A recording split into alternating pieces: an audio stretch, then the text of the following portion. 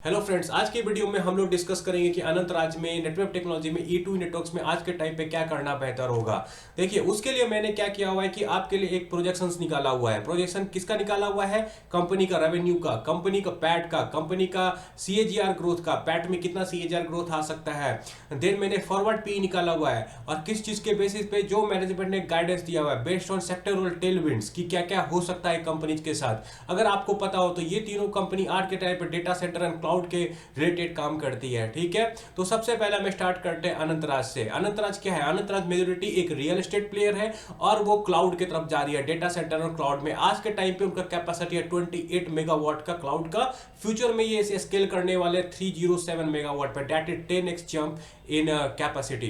तो चलिए अब स्टार्ट करते हैं। अनंतराज का जैसे आपको पता होगा आज के टाइम पे शेयर प्राइस है 558। रिसेंटली इन्होंने क्यूआईपी लाया था, QIP price was around 660 okay.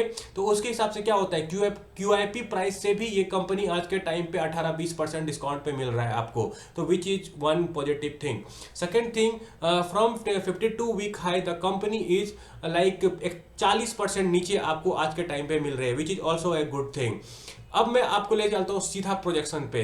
Projection क्या किया हुआ है मैंने? बेस्ड ऑन मैनेजमेंट गाइडेंस मैंने कंपनी का रेवेन्यू निकाला हुआ है, कंपनी का पैट निकाला हुआ है, कंपनी का पैट जंप निकाला हुआ है, पैट सीएजीआर निकाला हुआ है FY27 के लिए, FY28 के लिए, FY29 के लिए एंड FY33 के लिए। ठीक है, देखिए मैं ऑलरेडी अनंतराज करती क्या है डिटेल बिजनेस एनालिसिस कर चुका हूं एक वीडियो में। वो वीडियो मैं सेपरेटली आपको कमेंट सेक्शन में डाल दूंगा, आप उसे देख सकते हो। It will be very interesting. ठीक है, और हाँ, मेरे चैनल को सब्सक्राइब कर लीजिए। मैं ऐसा डीप डाइव एनालिसिस लाता ही रहूंगा, वीकली 2-3 वीडियोस, और गिव मी लाइक। ठीक है, अब स्टार्ट करते हैं, वापस आते हैं। देखिए मैनेजमेंट का क्या बोल रहा है, by FY27 we will have 28 megawatt of data centre. और एक बात ध्यान रखिए, मैनेजमेंट ने ये बोला कि हमारा जो कोलोकेशन वाला सर्विस है उससे हमें मंथली 90 लाख का रेवेन्यू जनरेट होगा, and in case of cloud it will be 10 crore to 12 crore monthly, और 12 करोड़ कहीं कहीं पर डायरेक्टली बोल रहे हैं। और हाँ, हम लोग एज्यूम करेंगे कि इनका रियल एस्टेट 25% से ग्रो करेगा। ऐसा क्यों? क्योंकि मैनेजमेंट ने बोला है कि we will continue the same momentum, और 25% on the lower end I am assuming कि इसका पैट ग्रोथ करेगा, रेवेन्यू नहीं, मैं पैट ग्रोथ एज्यूम कर रहा हूं कि 25% से ग्रो करेगा। They have good pipeline, 15,000 crore का पाइपलाइन है अगले 4 से 5 साल के लिए उनके पास रियल एस्टेट में आज के टाइम पे। तो चलिए अब स्टार्ट करते हैं। मैंने ऑलरेडी बता दिया क्लाउड का 90 लाख पर महीना का, एंड सॉरी कोलोकेशन का 90 लाख पर महीने का, एंड क्लाउड का बनता है 12 करोड़ पर मंथ का।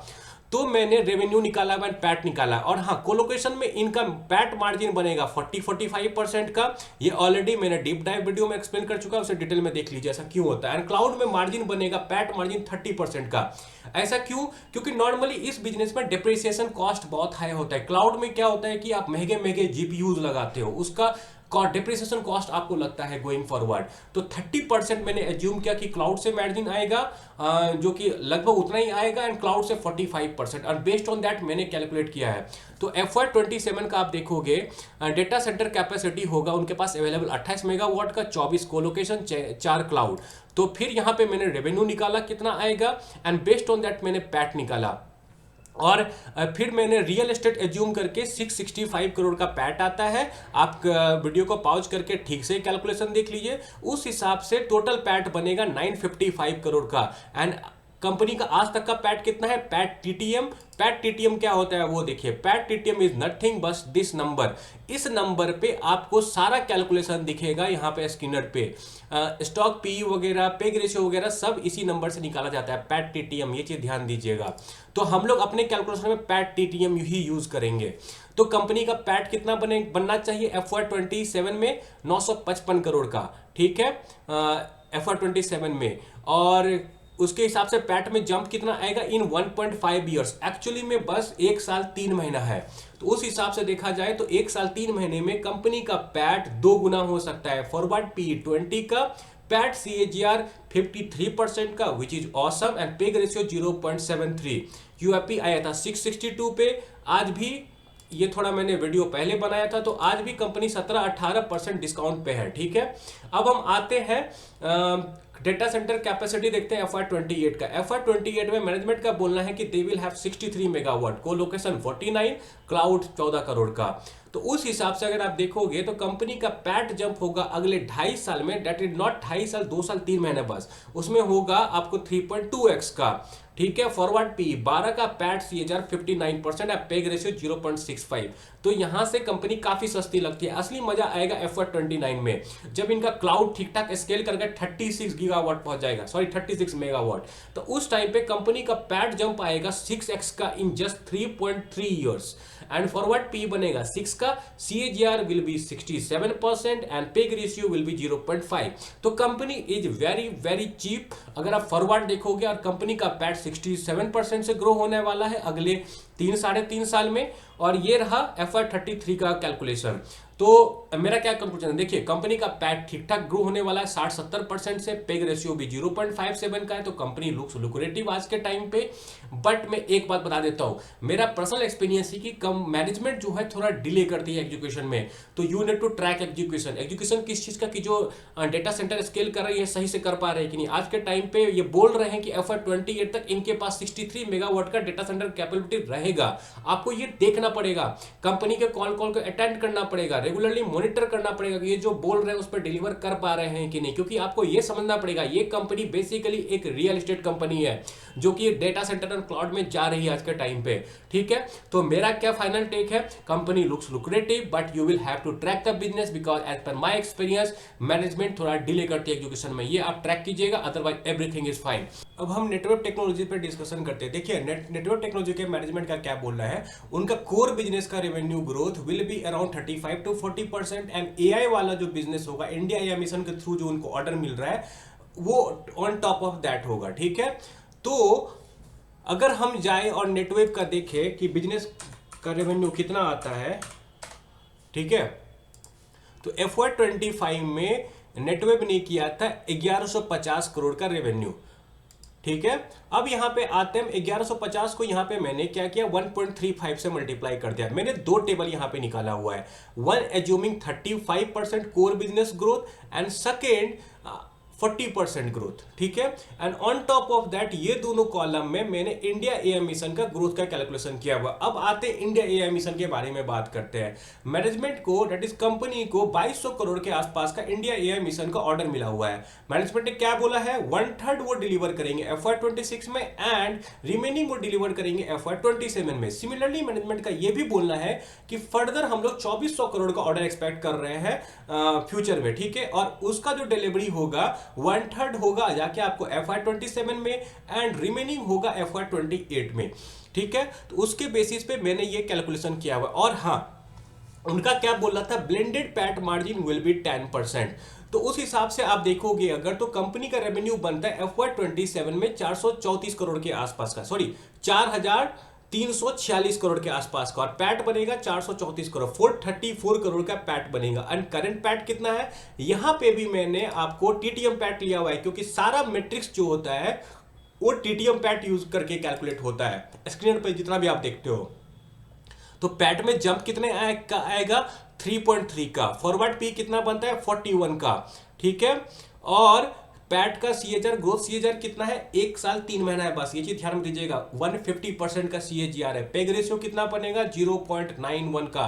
तो और हाँ, सिमिलरली ये भी दिखाता हूं मैं आपको, FY28 में कंपनी करेगी प्रॉफिट आज के टाइम के हिसाब से 443 करोड़ का। क्योंकि देखिए FY27 में भले ही आपको यहां पे दिख रहा होगा कि 2096 है, ये दोनों एक्स्ट्रा ऑर्डर मिल रहा होगा, लेकिन FY28 में देखोगे तो आज के टाइम पे बस इंडिया AI मिशन का एक ही ऑर्डर का विजिबिलिटी दिखता है। हो सकता है इनको फर्दर भी फ्यूचर में कुछ और भी मिल जाए, लेकिन आज के हिसाब से अगर कैलकुलेट करें हम, तो इनका कोर बिजनेस रेवेन्यू बनेगा 2800 करोड़ के आसपास का, एंड इंडिया AI मिशन से बनेगा 1600 करोड़ के आसपास का, जो कि FY27 में था 2250 करोड़। अगर इन दोनों का आप सम करोगे समथिंग अराउंड 2250 करोड़ बनेगा। ठीक है, तो इससे क्या पता चलता है कि कंपनी का रेवेन्यू FY27 और FY28 में उतना जंप नहीं होने वाला है। भले कोर बिजनेस से रेवेन्यू जंप होगा, लेकिन हो सकता है कि इंडिया AI मिशन से रेवेन्यू जंप ना हो, आज के हिसाब से मैं बता रहा हूं। तो उस हिसाब से कंपनी का ग्रोथ CAGR बनेगा 70% का। कंपनी आज के टाइम पे कितने के PE पे ट्रेड कर रही है, 136 के PE पे ट्रेड कर रही है, तो PE काफी महंगा है। पेग रेशियो बनेगा 1.94 के आसपास का। तो एक चीज देखिए, नेटवेब के क्या मेरा फाइनल टेक है, नेटवेब पे मेरा फाइनल टेक क्या है कि कंपनी आज के टाइम पे फॉरवर्ड आउटलुक के हिसाब से ना ज्यादा महंगा है ना ज्यादा सस्ती है, ठीक है। तो हम क्या करें, अगर आप ऑलरेडी लॉस में हो तो वेट करो, थोड़ा दिन का वेट करो। देखो इंडिया एआई मिशन से क्या ऑर्डर मिलता है, कभी कभी क्या होता है ना, जैसे जैसे ऑर्डर मिलता रहेगा कंपनी को वैसे वैसे इसका शेयर प्राइस आपको रिटर्न देता रहेगा। ये भी थोड़ा बहुत आज के टाइम पे ऑर्डर बुक ड्रिवन कंपनी हो गया है। देखिए मैं आपको बाय सेल का रिकमेंडेशन नहीं दे रहा हूं, ठीक है। आप क्या कीजिए, मेरा नेटवेब का ना वीडियो देख लीजिए जो मैंने डिटेल में बताया, उसमें डिटेल में कंपनी का बिजनेस मैंने एक्सप्लेन किया हुआ है, फ्यूचर आउटलुक कैसा दिख रहा है वो भी एक्सप्लेन किया, आपको बहुत अच्छे से समझ में आएगा। और फाइनल टेक मेरा नेटवेब पे क्या है कि बिजनेस अच्छा है, ना ही बहुत सस्ता है आज के टाइम पे, ना ही बहुत महंगा है, ठीक है। लेकिन मेरा सवाल ये है कि आज के टाइम पे चूंकि बियर मार्केट चल रहा है, बहुत सारी कंपनी ऐसी चूंकि बहुत अल्ट्रा चीप वैल्यूएशन पे अवेलेबल हो रहा है, तो हम नेटवेब में अपना पैसा क्यों रखें, ठीक है। आप अपना एनालिसिस खुद कर लीजिए, ये मेरा सोच है। बाय सेल कॉल मैं नहीं दे सकता हूं आपको, ना मैं दे रहा हूं, बस मैं आपको समझा रहा हूं कि क्या लॉजिक बनता है। अब हम आते हैं third company, that is E2E network पे। E2E नेटवर्क पे मैंने फर्दर दो कैलकुलेशन किया हुआ है, ठीक है। एक कैलकुलेशन मैंने FY27 Q1 के हिसाब से किया हुआ है, ठीक है। उनके पास आज के टाइम पे 3900 जीपीयूज है, जिसमें से 3000 जीपीयू उनका लेटेस्ट जीपीयू है, एनवीडिया का H100 H200, 3000 जीपीयू दोनों मिलकर है, और दोनों में अच्छा उनको पैसा बनता है। और उनका बोलना क्या है कि something around monthly run rate उनका 30 के आसपास का हो जाएगा, 30 to 35 का गोइंग इन Q4, ठीक है। तो मैंने FY27 Q1 का कैलकुलेट किया हुआ है, उस हिसाब से कंपनी का पैट बनेगा 24-25 करोड़ का, और कंपनी का forward P ratio as current price छोड़ दीजिए, मैंने थोड़ा पुराना सीट है ये, तो 2000 के आसपास का, दैट इज आज के टाइम पे कंपनी का पी रेशियो कितना है, शेयर प्राइस E2E नेटवर्क अगर आप देखोगे आज, तो कंपनी का आपके प्राइस है 2095 करोड़ का, तो समथिंग अराउंड कंपनी यहां पे है आज के हिसाब से। तो कंपनी का forward P that is FY27 Q1 का पी रन रेट पी होगा 41 का, ठीक है। तो कंपनी लुक्स चीप। इन दोनों का एवरेज भी ले लो 2200 और 2000 का, तो बीच में बनता है, तो 43 का पी होगा फॉर ए डेटा सेंटर और cloud player. It's not a very high PE, क्योंकि इनका जब प्रॉफिट बढ़ेगा ना तब एक्सपोनेंशियल बढ़ेगा, ठीक है। अब हम आते हैं दूसरा टेबल कैलकुलेशन में, जो कि बहुत ही रियलिस्टिक है। मैनेजमेंट का क्या बोलना है कि हम बहुत एडवांस स्टेज में है ब्लैकवेल जीपीयू ऑर्डर करने का, ठीक है। और हमें हो सकता है बहुत जल्दी नया ऑर्डर कर दे, हो सकता है कि मार्च 2026 तक हम एडिशनल जीपीयू ऑर्डर कर दे।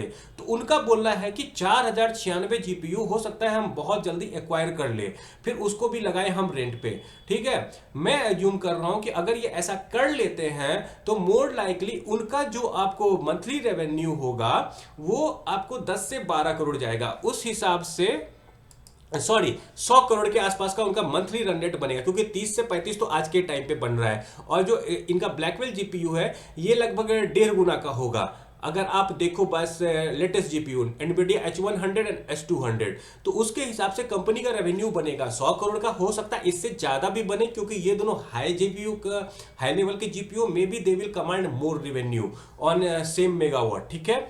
तो उस हिसाब से कंपनी का पैट बनता है 292 करोड़ का। देखिए ये सब जीपीयू ना बहुत ज्यादा कैपेक्स इंटेंसिव है, तो इनको डेप्रिसिएशन कॉस्ट बहुत ज्यादा लगने वाला है 400 करोड़ का, और ये बोल रहे कर्ज भी लेंगे। देखिए डीप डाइव एनालिसिस करना है ना, तो वो मेरा आप डीप डाइव एनालिसिस वीडियो में देखिए, इसमें मैं आपको शॉर्टकट में बता रहा हूं कि व्हाट मेक्स सेंस आज के टाइम के हिसाब से। तो कंपनी का पैट समथिंग अराउंड 292 करोड़ का बन सकता है FY28 में, एज्यूमिंग कि जो इनका ब्लैकवेल वाला जीपीयू है ना उन्होंने खरीद लिया, लगा लिया, और पूरा FY27 में उन्होंने ऐसा बिजनेस किया अपना रन कि उनका 100% या 90% यूटिलाइजेशन हो रहा है, जो इन्होंने ब्लैकवेल वाला जीपीयू डाला है अलोंग विद जो पुराना जीपीयू है, दैट इज 90% यूटिलाइजेशन रेट। तो उसके हिसाब से 100 करोड़ रेवेन्यू बनेगा पर मंथ, 292 करोड़ का पैट बनेगा FY28 में। और अगर आप फॉरवर्ड पी इनका देखोगे, दैट इज आज के टाइम पे शेयर प्राइस है 2100 के आसपास का, तो 14 साढ़े 14 का बनेगा। तो कंपनी अगले 2.5 साल में 14 साढ़े 14 के पीई पे आपको मिलेगी। और आज के टाइम पे कंपनी का पैट कितना है, पैट में तो छोड़िए, तो लॉस में है कंपनी, तो कंपनी का पैट में जंप ठीक ठाक आने वाला है, कंपनी का पी रेशियो अच्छा खासा नीचे गिरने वाला है फ्यूचर में।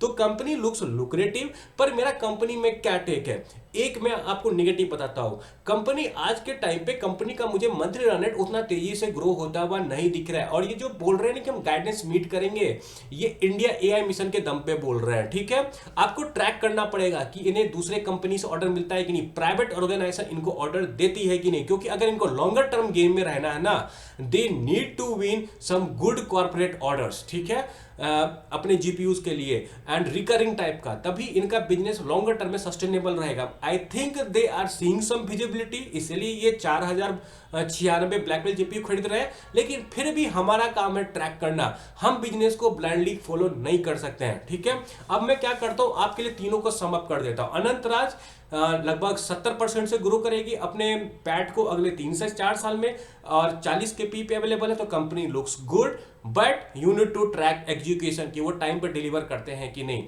आते हैं वो नेटवेव में। नेटवेव ना ज्यादा सस्ता है ना ज्यादा महंगा है, लेकिन अगर आप नेटवेव में लॉस में हो तो अपना डिसीजन खुद ही लेना। लेकिन मुझे क्या लगता है, नेटवेव आज के टाइम पे बहुत महंगा, मतलब बहुत सस्ता नहीं है, लेकिन आज के टाइम पे मार्केट में बहुत सस्ती कंपनीज अवेलेबल है। तो वाई नेटवेव, आज तो बियर मार्केट है ना, आज तो बहुत सारी कंपनी बहुत सस्ते वैल्यूएशन पे है। वाई नेटवेव, नेटवेव में मैं क्यों पैसा रखूं, मैं दूसरी जगह क्यों नहीं लगाऊं। ठीक है, भले ही वो 150% से ग्रो करेंगे, लेकिन बस 1 साल करेंगे, अगले 1.5 साल करेंगे, उससे ज्यादा नहीं करेंगे। अब आता हूं मैं E2E पे फाइनल वर्डिक्ट देखता हूं। E2E का अगर जो मैनेजमेंट बोल रही है वो करने में सक्सेसफुल रही तो इट लुक्स वेरी लुक्रेटिव। ठीक है, लेकिन प्रॉब्लम क्या है, मैनेजमेंट जो आज के टाइम पे मंथली रन रेट बोल रहे कि 30-35 करोड़ का हम अचीव करेंगे, वो बेस्ड ऑन इंडिया एआई। आपको ट्रैक करना पड़ेगा कि इनको बाहर से ऑर्डर मिल रहा है कि नहीं, किसी प्राइवेट कंपनी वगैरह का। अगर मिलता है तो दैट लुक्स गुड। एंड आपको ये जो ब्लैकबेल जीपीयू है, इनको भी ट्रैक करना पड़ेगा कि मैनेजमेंट का यहाँ पे कैसा ग्रोथ चल रहा है। ठीक है, और हाँ, इन तीनों कंपनी पे मैंने डिटेल में वीडियो बनाया हुआ है, आप हर एक का एनालिसिस डिटेल में देख सकते हो, आपको बहुत अच्छा लगेगा। और हाँ, अगर आपको मेरा ये वीडियो अच्छा लगा, आपको हेल्पफुल लगा, तो प्लीज मुझे सब्सक्राइब कर लीजिए। And thanks a lot for watching.